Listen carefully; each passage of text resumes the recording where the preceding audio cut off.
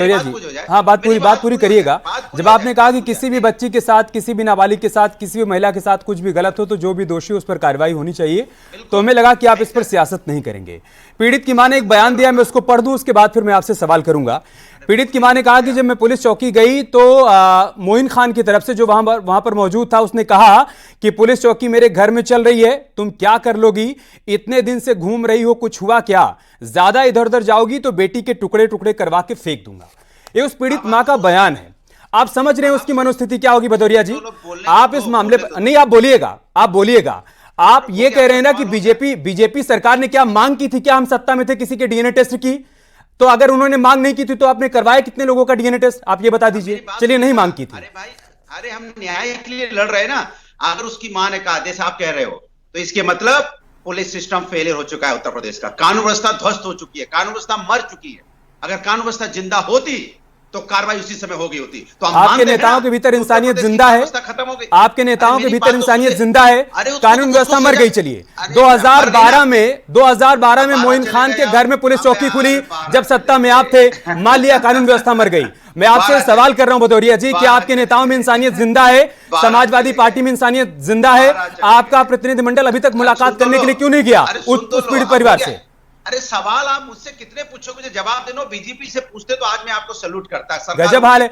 आपके नेता के ऊपर आरोप लगा है, आप कह रहे हैं मैं सवाल बीजेपी से पूछूं। आप ये कह रहे हैं पुलिस सिस्टम मर गया है ना, मान लिया मर गया है।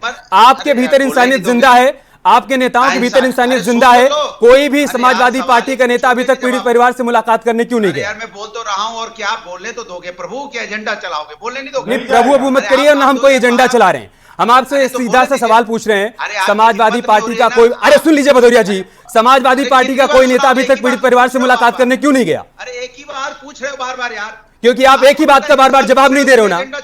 आप एक ही बात का बार बार जवाब नहीं दे रहे हो, सवाल पूछ रहे हो, आप एक ही बात का बार बार जवाब नहीं दे रहे हो। और जवाब दे रहा हूं ना, तो दीजिए जवाब ना, क्यों नहीं गए मुलाकात करने? दूंगा ना। आप चापलूसी बंद करेंगे तब तो जवाब दूंगा ना। चापलूसी ओपलूसी हम नहीं कर रहे भदौरिया जी, चापलूसी आप लोग करते होंगे और तभी यहां तक पहुंचे हैं, समझ रहे हैं? तो आपके सर्टिफिकेट की जरूरत हमको नहीं है, हम किसी की चापलूसी करके यहां तक नहीं पहुंचे। मैंने, छोड़ दीजिए चापलूसी और 1 to 1 मत करिए। मैं आपसे सीधा सा सवाल कर रहा हूं, आप लोग मुलाकात करने क्यों नहीं गए? आप मुझे बोलने दीजिए, होगी ना सवाल, हो गया। आप तो नहीं है सवाल। अरे बोलिए महाराज। कोई है तो नहीं, एक आध सवाल और हो तो फिर बीच में टोकोगे ना, इसलिए कह रहा हूं। आप उल जलूल बोलेंगे तो टोकूंगा नहीं। उल जलूल नहीं बोल रहा हूं। सरकार भारतीय जनता पार्टी उल जलूल है, कानून व्यवस्था भारतीय जनता पार्टी के पास उल जलूल है। फिर टाल गए ना आप, फिर टाल गए। मैं फिर आपको टोक रहा हूं, अभी तक समाजवादी पार्टी का कोई नेता पीड़ित परिवार से मुलाकात करने क्यों नहीं गया? बोलने नहीं दे रहा हूं। नहीं, उल जलूल है जो मैं बोल रहा हूं। मैं जो चैलेंज करता हूं, उल जलूल हो तो आप जो कहोगे मैं हार जाऊंगा। सरकार बीजेपी की नहीं है क्या? अरे मैं जो सवाल कर रहा हूं उसका जवाब दीजिए ना। अभी तक समाजवादी पार्टी का कोई नेता मुलाकात करने क्यों नहीं गया पीड़ित परिवार से? आपने आरोपी को पार्टी से बाहर क्यों नहीं निकाला? बोलने क्यों नहीं दे रहे हो भाई? बोलने क्यों नहीं? और किसको बोलने दे रहा हूं? आपको ही तो बोलने दे रहा हूं ना। आपने, आप ईमान क्यों बेच चुके हो अपना? इतना मुझे बोलने नहीं दे रहे हो। अरे किसने ईमान बेचा है भदौरिया जी? आप अच्छी तरीके से जानते हैं किसने ईमान बेचा है, आप अच्छी तरीके से जानते हैं। नहीं, आप कह रहे हो एक रेप के आरोपी के बचाव में पूरी पार्टी उतर आई और आप कह रहे हैं कि ईमान बेच दिया है। सरकार रेप के एक आरोपी के बचाव में पूरी पार्टी उतर आई और आप कह रहे हैं ईमान बेच दिया है। मेरी बात तो सुनो, ईमान आप बेचे पड़े हो, बोलने नहीं दे रहे हो। ईमान मोइन खान ने बेच दिया है और उसके बचाव में जो लोग उतरे हैं उन्होंने बेच दिया भदौरिया जी।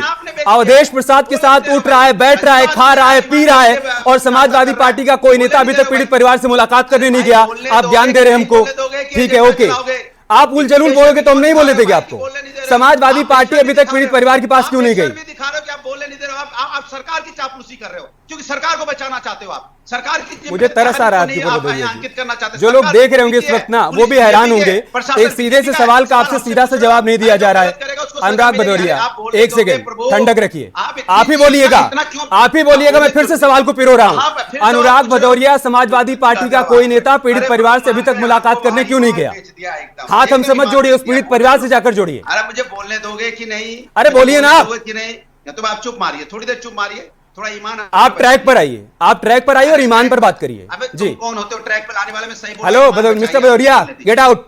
Mister Bhadauria, get out. उल जलूल मत बोलिए यहाँ पर। अबे तबे की भाषा इस्तेमाल मत करिए, आप समझ रहे हैं? अबे तबे की भाषा का इस्तेमाल मत करिए मिस्टर भदौरिया।